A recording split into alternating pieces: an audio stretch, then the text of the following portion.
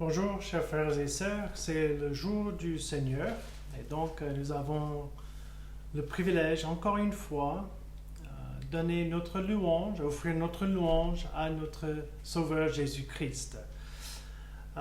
Nous allons commencer par une lecture de la Bible qui servira comme notre appel à la louange, c'est-à-dire c'est un rappel pour nous pourquoi nous voulons louer notre Dieu aujourd'hui.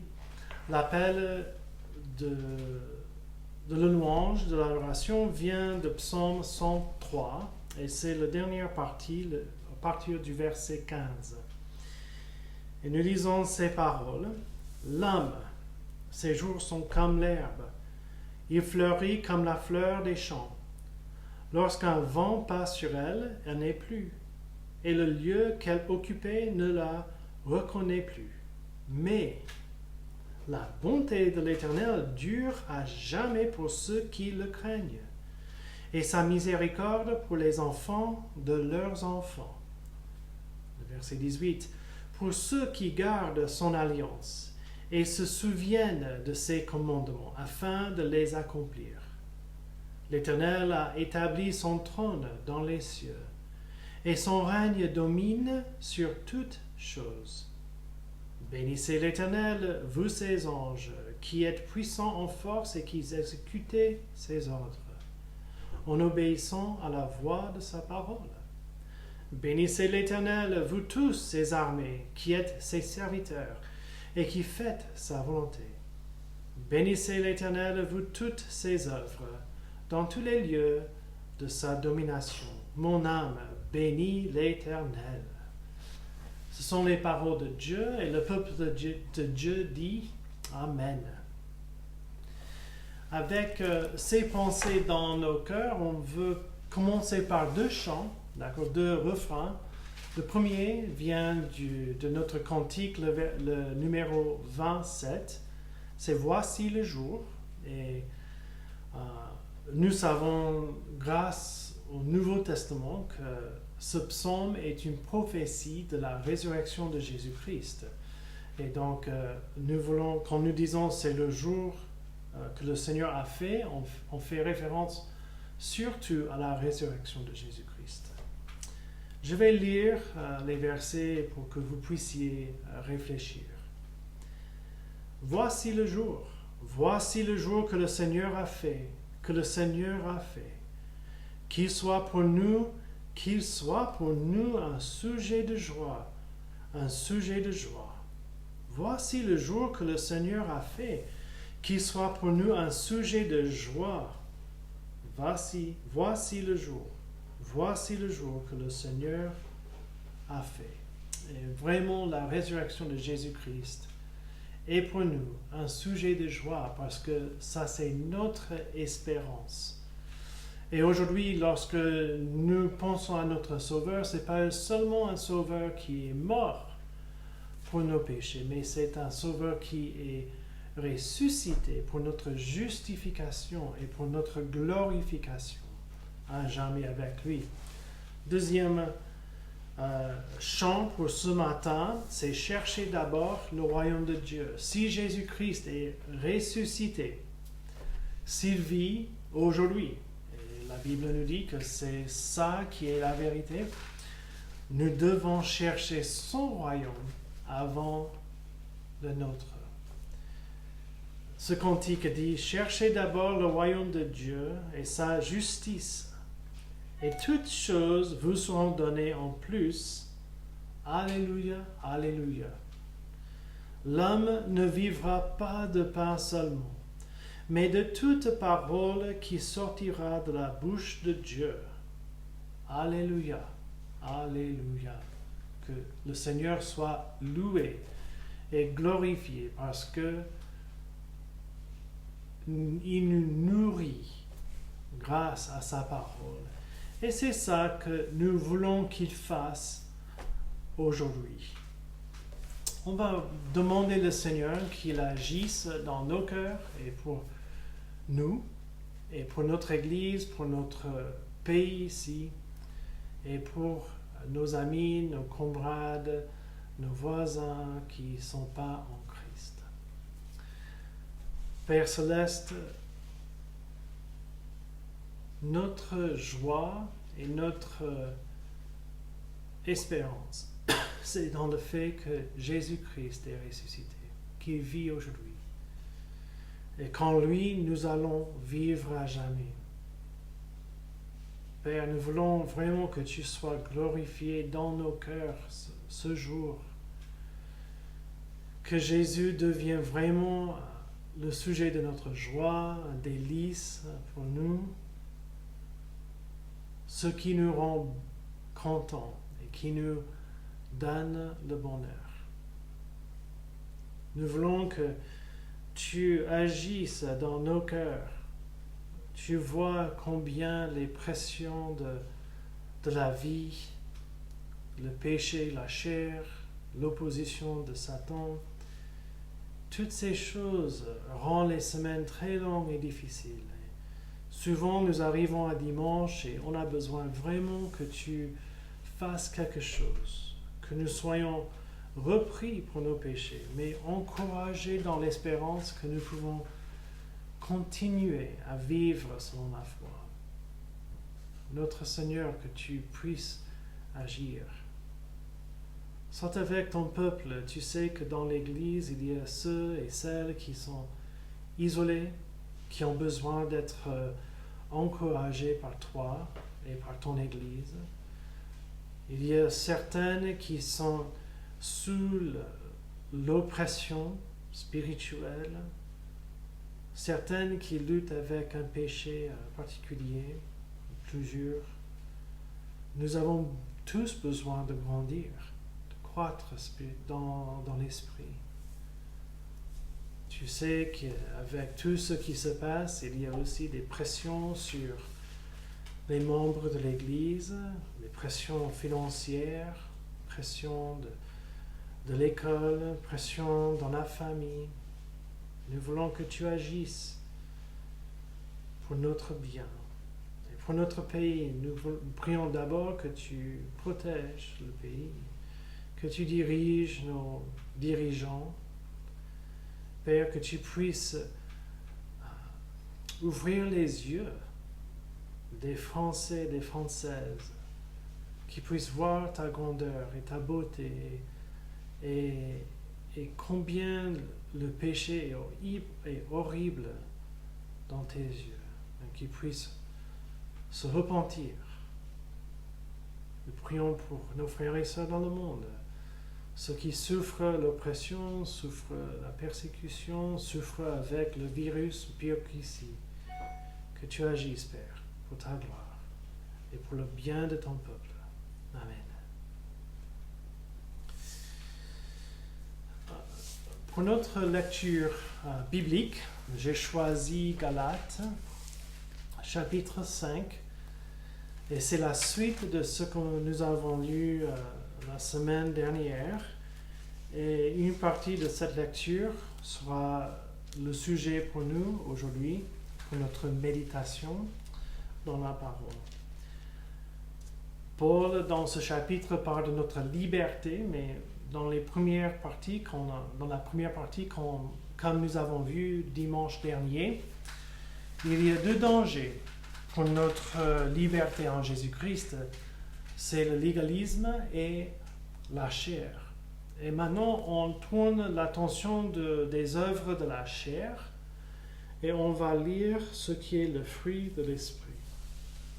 Paul écrit: mais le fruit de l'esprit, c'est l'amour, la joie, la paix, la patience, la bonté, la bienveillance, la foi, la douceur, la maîtrise de soi. La loi n'est pas contre ces choses. Ceux qui sont à Jésus-Christ ont crucifié la chair avec ses passions et ses désirs. Si nous vivons par l'Esprit, marchons aussi selon l'Esprit. Ne cherchons pas une vaine gloire en nous provoquant les uns les autres, en nous portant envie les uns aux autres. Ce sont les paroles de Dieu pour nous aujourd'hui. Et je vous ai envoyé une fiche avec les notes pour vous aider à suivre le message. Et aujourd'hui, nous allons aborder le premier fruit qui est mentionné au verset 22. Le fruit de l'esprit, c'est l'amour. Notre prédication aujourd'hui va suivre 3 points, d'accord? Le plan du sermon, c'est grand point 1, ce que nous apprenons sur Dieu. Grand point 2, ce que nous apprenons sur la croissance spirituelle. Le 3e point, c'est ce que nous apprenons sur l'amour chrétien. D'accord? Ce sont les 3 points. On va passer vite sur les 2 premiers, mais après on va prendre un peu de temps pour réfléchir. C'est quoi exactement l'amour chrétien? Premier point, ce que nous apprenons sur Dieu. Ce que nous apprenons sur Dieu. La première chose qu'on doit noter ici, c'est que Paul choisit une image spécifique. Et l'image, c'est l'image du fruit. Le premier A, c'est notons l'image choisie par Paul, l'image du fruit. Et la lettre B, on va constater ensemble, constatons la signification de l'image du fruit. Le fruit a un lien organique à l'arbre. On veut juste observer des choses qui sont évidentes. C'est-à-dire que le fruit, il y a un lien organique avec l'arbre.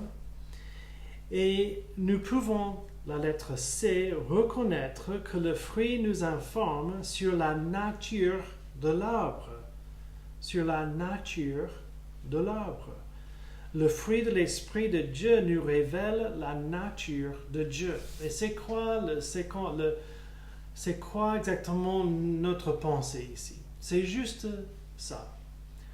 Si le fruit est bon, donc l'arbre est bon.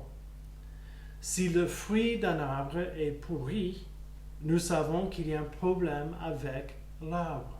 Qu'est-ce que nous voulons observer ici? C'est seulement cette pensée. Le fruit de l'esprit, c'est le fruit de Dieu. Et si le fruit de l'esprit, le fruit de Dieu est l'amour, la patience, la paix, la bonté, la joie, la bienveillance, la foi, la douceur, la maîtrise de soi. Qu'est-ce que ça nous dit concernant Dieu? Ça nous dit que notre Dieu est caractérisé, sa nature est caractérisée par quoi? L'amour, la joie, la patience, la bonté, la bienveillance. Et la question qui m'est venue, c'est est-ce que ça c'est comment j'imagine Dieu? Un Dieu qui est plutôt amour, joyeux, bien, bon, plein de bienveillance pour nous, passion, qu'il est doux, qu'il ait la maîtrise de soi. Est-ce que ça c'est comment je pense à Dieu? Et sinon, nous avons besoin maintenant de changer nos pensées ou de demander à Dieu qu'il change nos pensées. Parce que, et pourquoi ça change les choses? Parce que si nous pensons le contraire, ça va changer ça va affecter comment nous agissons envers Dieu. Si nous ne croyons pas qu'il est patient, mais qu'il est impatient, nous serons toujours mal à l'aise, nous faisons quelque chose, maintenant il va me taper. Il faut faire attention. Première chose, ce que nous apprenons sur Dieu, c'est que Dieu est amour, la joie, la patience, la bienveillance, la bonté. Et ma prière, c'est que Dieu vraiment mette ces choses profondément dans nos cœurs. Parce que si nous ne voyons pas Dieu comme ça, nous n'aurons jamais la paix qu'il veut nous donner et la joie en Christ. Le deuxième grand point, c'est ce que nous apprenons sur la croissance spirituelle. La croissance spirituelle. La grande A, l'amour chrétien est l'expression humaine de l'amour divin. C'est le fruit de l'Esprit de Dieu. Et donc, quand nous disons que nous avons le fruit de l'amour, ce que nous voulons dire, c'est qu'en fait, c'est l'amour de Dieu qui agit à travers nous. Ça, c'est très important.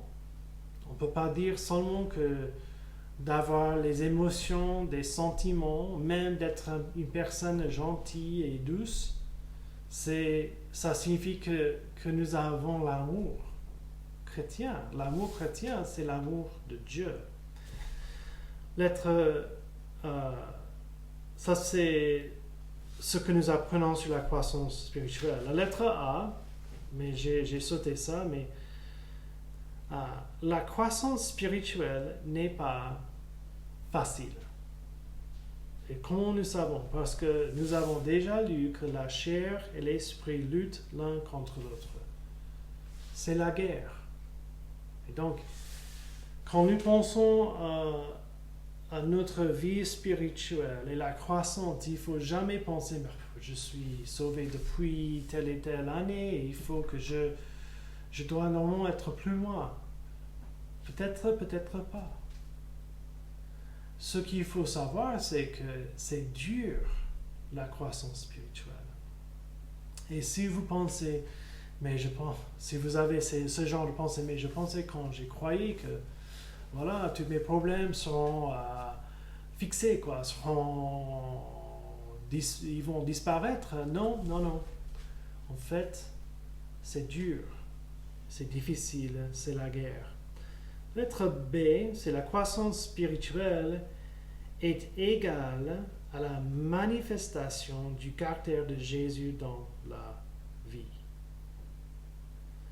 La croissance spirituelle est égale à la manifestation du caractère de Jésus dans la vie.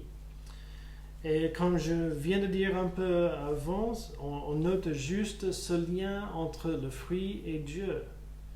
Et c'est un peu normal parce que dans cette lettre, au chapitre 2, Paul a déjà dit, c'est plus moi qui vis, mais c'est Christ qui vit en moi.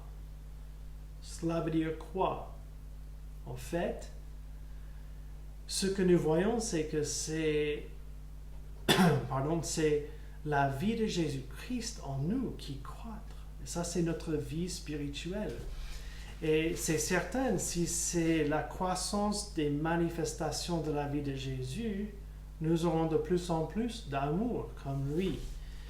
Et donc, nous voulons noter que même si ce n'est pas facile, nous avons le Saint-Esprit qui lutte contre notre chair et nous avons la vie de Jésus qui va s'exprimer dans nos vies. Et la troisième chose que je veux noter en dessous, c'est la lettre C. La croissance spirituelle se produit quand le croyant obéit aux indications du Saint-Esprit. Au verset 16, au verset 25, Paul écrit, il faut marcher au rythme de l'Esprit, selon l'Esprit. Qu'est-ce que cela veut dire?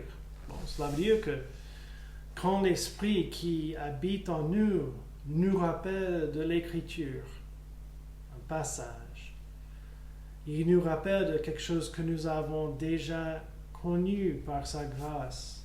Il ne faut pas faire ça, il faut faire ça. Nous avons le choix chaque fois, est-ce que je vais obéir ou non? Et la croissance spirituelle, c'est simplement que nous écoutons à ces indications du Saint-Esprit pour dire oui, c'est vrai, la Bible dit ça, Jésus, il a vécu ça, moi, je dois faire telle et telle chose. Ça, c'est ce que nous apprenons sur la croissance spirituelle. Et maintenant, le troisième grand point, et c'est le plus long, mais ce que nous apprenons sur l'amour chrétien. Et ça, c'est ce que nous voulons faire.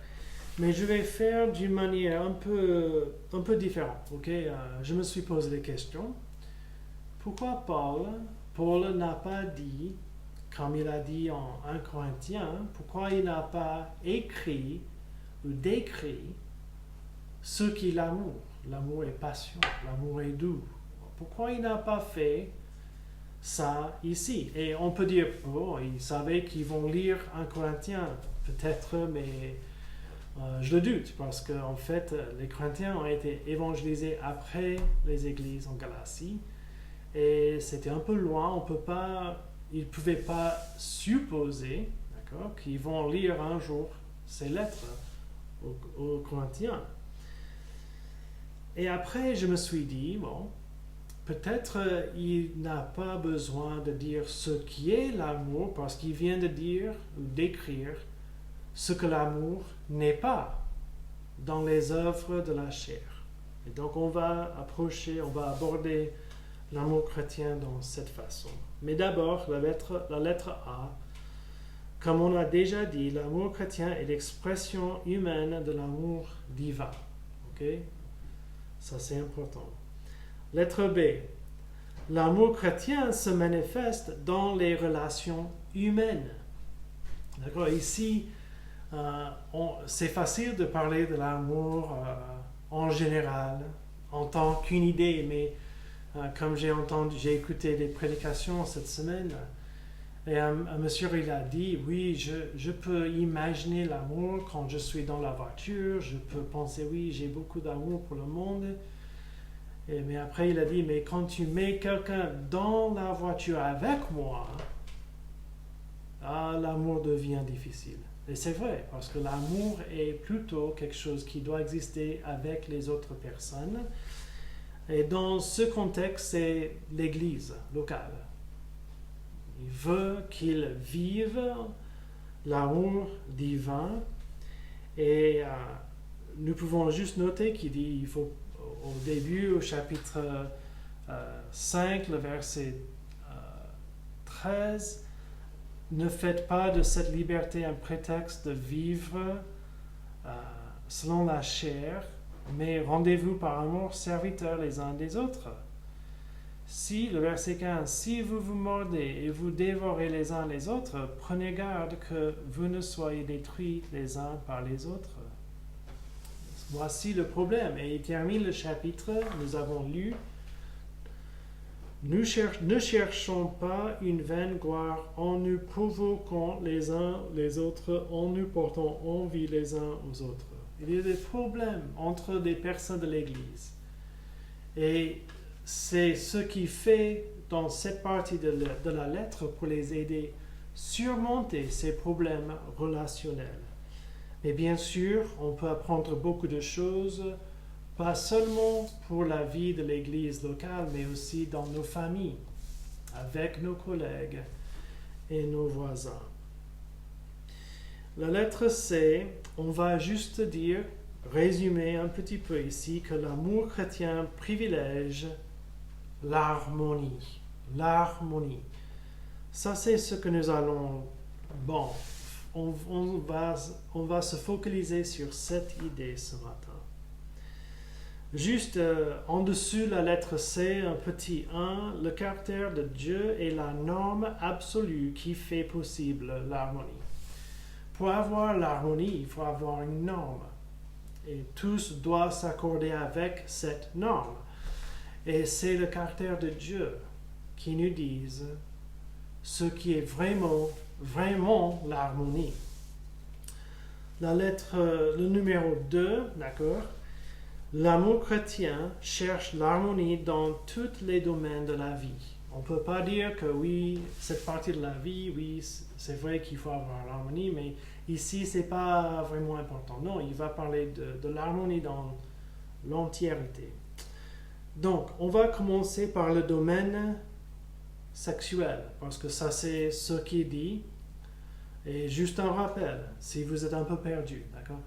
On va décrire l'amour par ce que l'amour n'est pas. Et nous avons déjà vu ce que l'amour n'est pas dans les œuvres de la chair. Et la première, c'est au verset 19, les œuvres de la chair sont évidentes. La débauche, c'est le mot pornéa, d'où vient des mots dans notre langue, pornographie.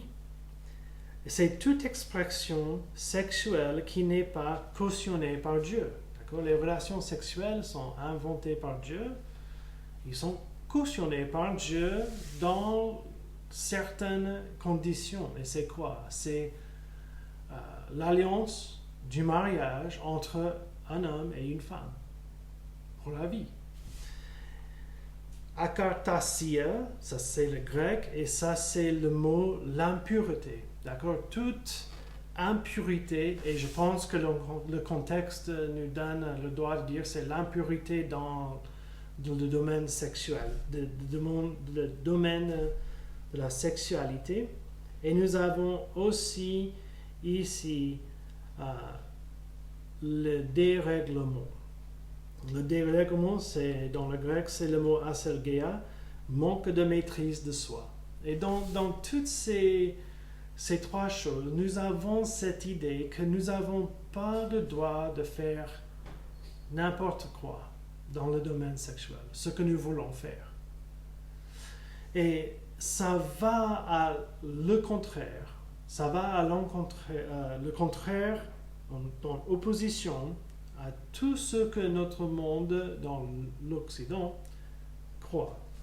Par exemple, récemment en Angleterre, l'auteur J.K.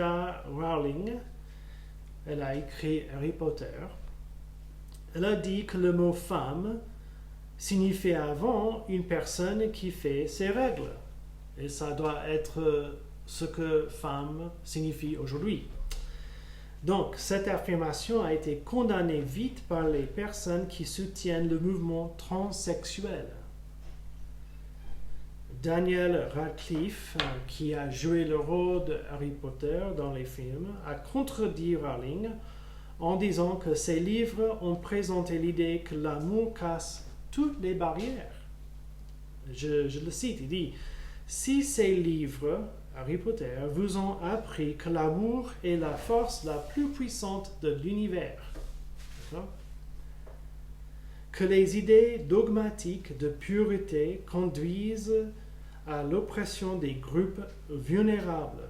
Si vous croyez qu'un personnage particulier est trans, non-binaire, fluide de genre, qu'il est gay ou bisexuel, si vous avez trouvé dans ces histoires quelque chose qui a résonné en vous et vous a aidé à un moment à votre vie, alors c'est entre vous et le livre que vous avez lu et c'est sacré. C'est quoi exactement ce qu'il veut dire? C'est-à-dire qu'il faut apprendre que l'amour casse toute barrière. On ne peut plus dire qu'une expression de l'amour, c'est pas bon. En fait, l'amour nous enseigne que toute barrière doit être cassée. Donc, si vous voulez vous exprimer votre sexualité d'une certaine manière, l'amour dit, d'accord, il faut le faire. Mais attention, c'est pas vrai. C'est pas vrai. Dieu dit qu'il y a des limites. Notre sexualité n'est pas la chose la plus importante. En fait, c'est l'harmonie que Dieu a établie. Et ça, c'est pas uniquement contre l'idée qu'on peut avoir des relations sexuelles, homosexuelles, transsexuelles, bisexuelles. En fait, ça, c'est contre l'idée qu'on peut avoir les relations sexuelles entre des hétérosexuels hors du mariage, l'adultère, la fornication. Toutes ces choses sont limitées. Et pourquoi ça c'est important? Il faut qu'on reconnaisse que l'amour exprimé hors du mariage n'est pas vraiment l'amour. C'est pas l'harmonie. Et Michael, tu dis quoi? C'est seulement ça. dans tous ces cas, hors du mariage entre un homme et une femme, les relations sexuelles, les rapports sexuels servent soi-même. Même si on a l'affection pour l'autre, on cherche toujours notre épanouissement. Et nous savons, avant mariage ou hors du mariage, que nous pouvons quitter. Si nous trouvons qu'il y aura une autre façon d'avoir la satisfaction sexuelle, voilà, on a notre sortie. Et ça n'est pas quelque chose qui cherche l'harmonie dans les relations. En fait, chacun est en train de chercher ce qu'il veut, ce qu'elle veut. Et ce n'est pas l'amour, selon ce que Dieu dit. Ça, c'est le domaine sexuel. Nous avons aussi le domaine spirituel ici. Nous avons deux mots, l'idolâtrie et la magie. Et pourquoi, comment ça peut toucher sur notre amour? Dans ces deux cas, on essaie de manipuler. Avec l'idolâtrie, on détermine qu'on va avoir notre propre Dieu que nous créons. Et après, nous faisons ce qu'il faut pour qu'ils puissent, qu'ils doivent répondre à ce que nous voulons. D'accord? Nous faisons un sacrifice pour qu'ils nous bénissent. Nous évitons de dire ou de faire certaines choses parce qu'il doit maintenant me bénir. C'est le renverse de ce qui est vraiment la religion, où Dieu décide de bénir et il nous appelle de répondre à lui-même, mais il va accomplir ce qu'il veut, il n'est pas manipulé par nous. Et la magie, c'est la même chose. D'accord? La magie, c'est quoi? C'est qu'on essaie d'utiliser des sorts, des trucs comme ça pour manipuler une situation. Et dans l'Ancien Testament, nous avons, dans la traduction grecque, c'est le même mot pour la magie que nous avons ici. Et en Ésaïe chapitre 47, c'est très intéressant. 47 et le verset 9 et 12, je crois. Il dit, ces deux choses t'arriveront subitement au même jour, la privation d'enfants et le veuvage. Elles fondront en pleine sur toi, malgré la multitude de tes sortilèges, malgré le grand nombre de tes enchantements. C'est le même mot ici. Et le verset 12, reste donc au milieu de tes enchantements. C'est notre mot. Et de la multitude de tes sortilèges, auxquels tu as consacré ton travail de ta jeunesse. Peut-être pourras-tu en tirer profit. Peut-être deviendras-tu redoutable. C'est dire quoi? Il comptait sur la magie pour la protection, pour la manipulation. Et Dieu dit, ça c'est pas l'amour. Ça c'est pas l'amour. Bien sûr, ça c'est pas l'amour pour Dieu lui-même, mais ce n'est pas l'amour non plus pour nos prochains. Parce que qu'est-ce qui nous arrive très souvent? La magie, c'est pour protéger soi-même. L'idolâtrie, nous avons notre propre Dieu à nous qui doit être plus grand que les autres. Et nous voulons manipuler pour que nous puissions être bénis, bien sûr, mais aussi pour que nos ennemis, ceux qui nous embêtent, soient maudits. Pas d'amour pour les prochains ici. Et dans l'Église, bien sûr, nous n'avons pas des idoles, bon, j'espère, chez vous. Nous n'avons pas les personnes qui pratiquent la magie, mais est-ce qu'on a un peu cette idée qu'il faut faire telle et telle chose pour assurer, pour manipuler notre situation? Si oui, il faut faire attention parce que souvent, notre préoccupation pour manipuler les choses, pour que tous s'arrangent pour nous, ça signifie que nous n'avons pas l'amour pour ceux qui sont autour de nous. Et ça démontre bien sûr un problème avec notre amour pour notre Dieu. Troisième domaine, c'est le domaine des relations. Et ça, c'est la plus grande section dans cette partie-là. On va juste parler petit à petit de ces choses. Premièrement, il dit que les rivalités sont les œuvres de la chair et donc c'est le contraire de l'amour. Et c'est quoi rivalité ici? C'est l'état de vivre comme ennemi à quelqu'un. En Luc 23, 12, le passage en Luc parle du fait que Pilate et Hérode n'étaient pas ennemis, ils étaient des rivalités. C'est pas difficile d'imaginer. Deux hommes importants dans le domaine des politiques et ils n'aiment pas trop les uns les autres, l'un l'autre, et il y a cet état d'être des ennemis, toujours contre l'autre, toujours prêt à faire quelque chose pour gâcher l'autre, les opportunités pour les autres, pour lui donner un coup d'eau, quelque chose comme ça.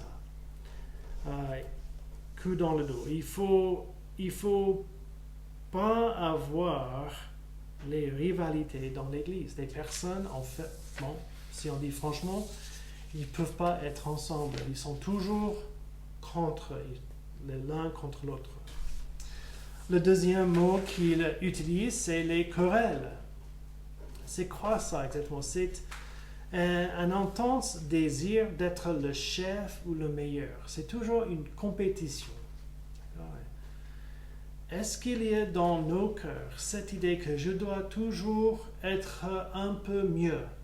On a un groupe de personnes qui partagent et il y a quelque chose en nous qui dit toujours il faut que je trouve une histoire plus intéressante, une expérience plus grande. Il faut que je démontre mon intelligence qui est mieux ici. C'est toujours cette idée, un intense désir d'être le meilleur. Ça existe dans l'Église, ça existe dans la famille. Et parfois on peut voir une personne comme ça, c'est une personne qui ne peut pas dire « Ah oui, c'est très bien, tu as raison ».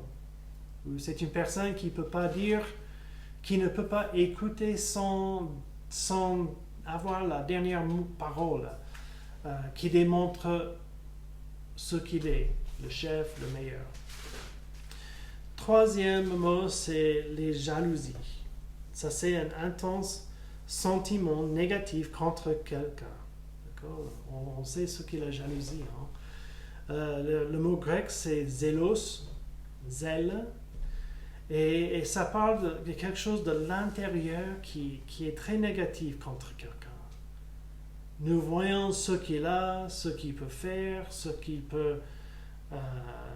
comment il réussit, et il y a cet désir qui est intense et très négatif contre l'autre personne. On ne veut pas qu'il réussisse. C'est pas l'amour. Parce que l'amour cherche le bien des autres. L'amour ne cherche pas à être le chef. En fait, selon Jésus, ce qui est le plus grand parmi nous, c'est ceux qui servent. Ça, c'est notre désir de suivre Jésus, d'avoir l'amour. Donc, dans les relations entre nous, dans notre Église, dans nos familles, avec nos collègues, et nos voisins, est-ce que nous avons ces rivalités, ces querelles, l'intense désir d'être le chef, les jalousies? Bien sûr, ces choses sont liées parce que si je veux être le chef, quand je vois que quelqu'un reçoit peut-être plus des paroles, des applaudissements que moi, ça joue. Et je deviens un peu jaloux. Ensuite, on a les animosités. C'est la passion ici, la passion négative de colère qui s'éclate. D'accord? Et nous avons en Actes chapitre 19 un passage qui nous donne un peu l'idée de ce qui est cette émotion, ce sentiment. C'est le passage en Actes qui parle de la foule, je pense que c'est en Éphèse, qui s'éclatait quand elle pensait que quelqu'un a dénigré leur déesse. Et qu'est-ce qu'il y avait? Une foule qui a perdu la tête. Ils criaient, jusqu'au point où les chefs de la ville, ils ont dit, attention, si vous continuez, Rome, elle va penser que nous faisons des manifestations violentes et elle va envoyer ses soldats. Donc, ils ont tous perdu la tête en colère. Est-ce que nous avons ça? Ou dans la famille, dans l'église? Dans l'église, c'est facile de cacher parce que nous avons quoi? Nous avons juste 1h30 et qu'il faut être très sage. Peut-être 4 heures, il faut se contrôler. Mais après, dans la famille, dans la voiture, au travail, à l'école, est-ce que nous avons cette intense passion qui s'éclate en colère parce que nous ne recevons pas ce que nous voulons? Parfois, nous voulons avoir le respect. Et quelqu'un fait vraiment une mauvaise chose contre nous, c'est un manque de respect, mais est-ce que nous avons l'amour ou nous avons l'œuvre de la chair? Que Dieu nous aide. Ensuite, on a les disputes. Et le mot grec a été utilisé par Aristote quand il a parlé du domaine des politiques. On a des hommes contre les hommes et on a des disputes et c'est la poursuite égoïste d'un but. Et selon Aristote, c'est la poursuite égoïste d'un but par des moyens injustes. C'est-à-dire, c'est une personne qui dit « Je veux telle et telle chose et je suis prêt de faire presque n'importe pour l'avoir. » Bon, bien sûr, dans l'église et dans nos familles, nous ne pensons pas aux personnes qui disent « Je vais assassiner quelqu'un pour gagner, je vais voler, cambrioler. » Non, mais parfois, est-ce que nous disons les mensonges pour avoir ce que nous voulons? Est-ce que nous cachons des choses? Est-ce que nous changeons les choses juste un tout petit peu pour gagner ce que nous voulons? Nous avons besoin d'avoir l'attention ici, que nous n'avons pas des disputes contre les uns les autres en raison de cette poursuite égoïste. Les sectes, ça c'est quoi les sectes? Nous pensons toujours tout de suite peut-être à la religion, mais en fait, ça peut parler, le mot indique selon quelqu'un qui adhère fortement à une partie. D'accord? C'est arrivé dans l'église de Corinthe.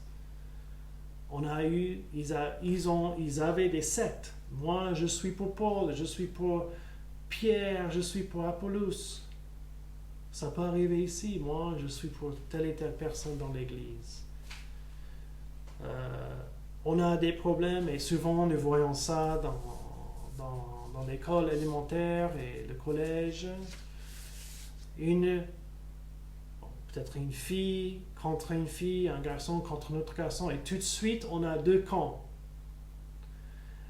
Eux tous sont contre lui avec tous ceux qui sont avec elle, et elle est avec, et tous ceux qui sont avec elle sont contre tous les autres, et il y a toujours un et deux qui courent entre eux et essaient de faire la paix parce que c'est plus intéressant, parce qu'ils attendent les deux côtés. Hein.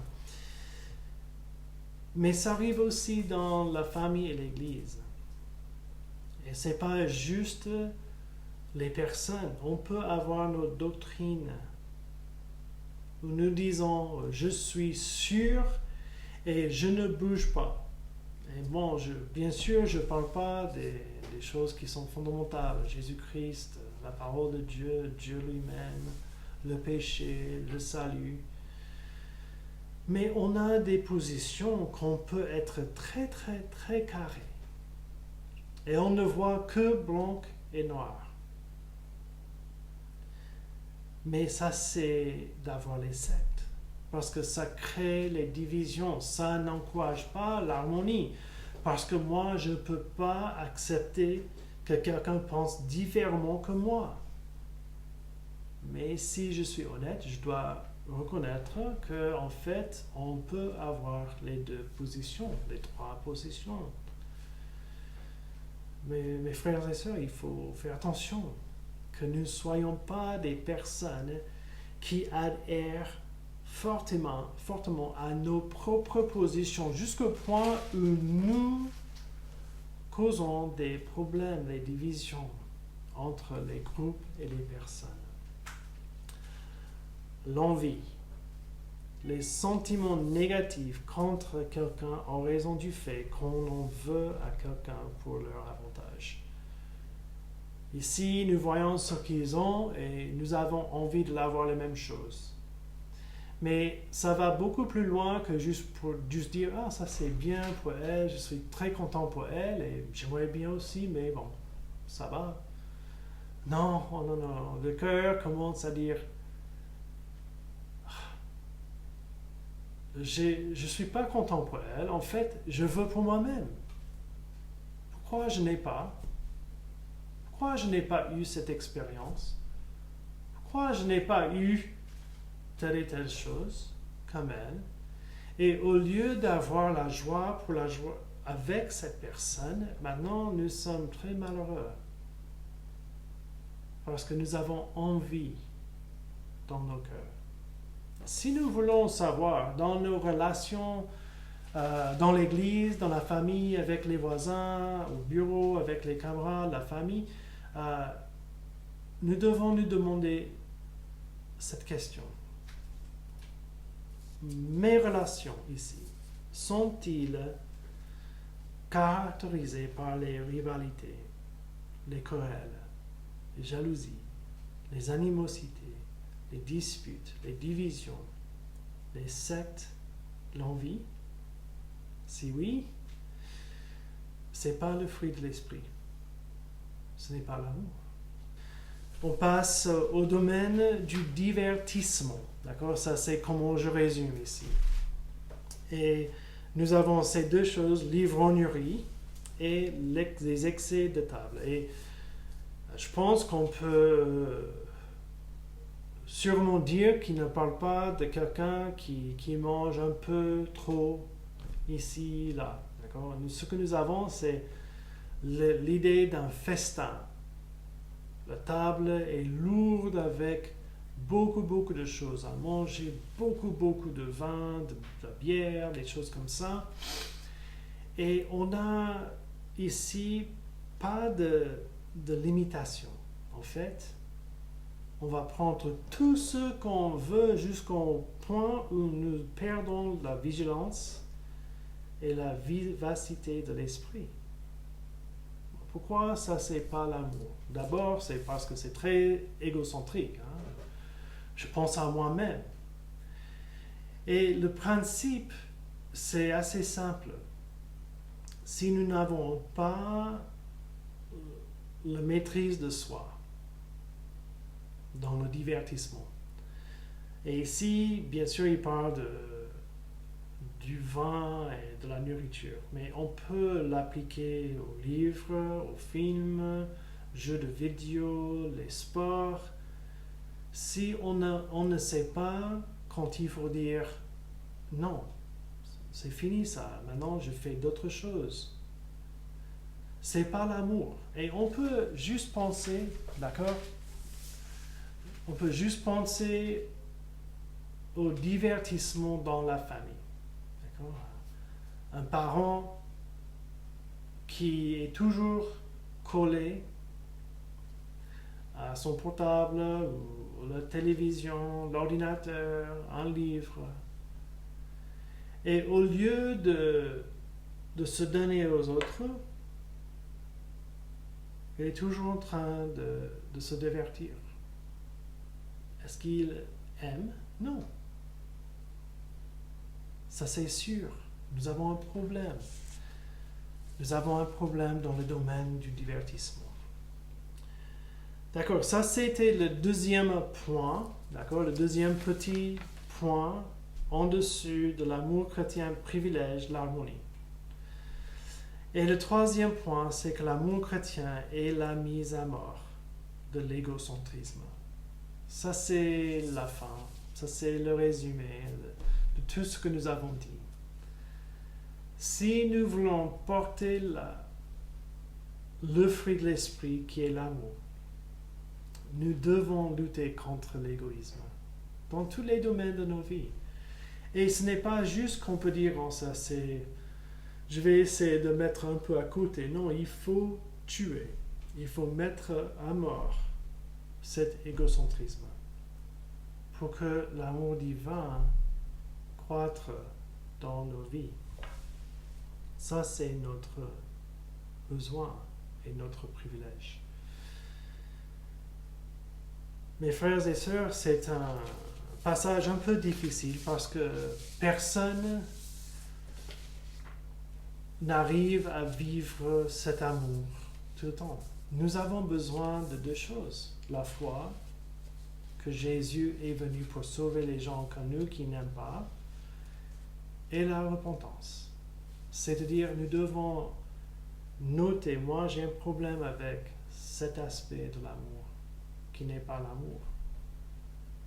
Et j'ai besoin de dire au Père, pardonne-moi, et aide-moi maintenant de travailler pour que ça soit tué dans ma vie. Nous allons conclure notre réunion ce matin avec un petit refrain de 200, et c'est une bénédiction qui vient de Nombre chapitre 6, ce que je lis assez souvent. C'est que la grâce de Dieu soit sur toi, pour t'aider à marcher dans ses voies, ce que nous avons vu ce matin. Reçois tout son pardon et sa bénédiction. Va en paix, dans la joie, dans l'amour. Et que Dieu accomplisse ces choses dans nos vies. Bon dimanche à vous.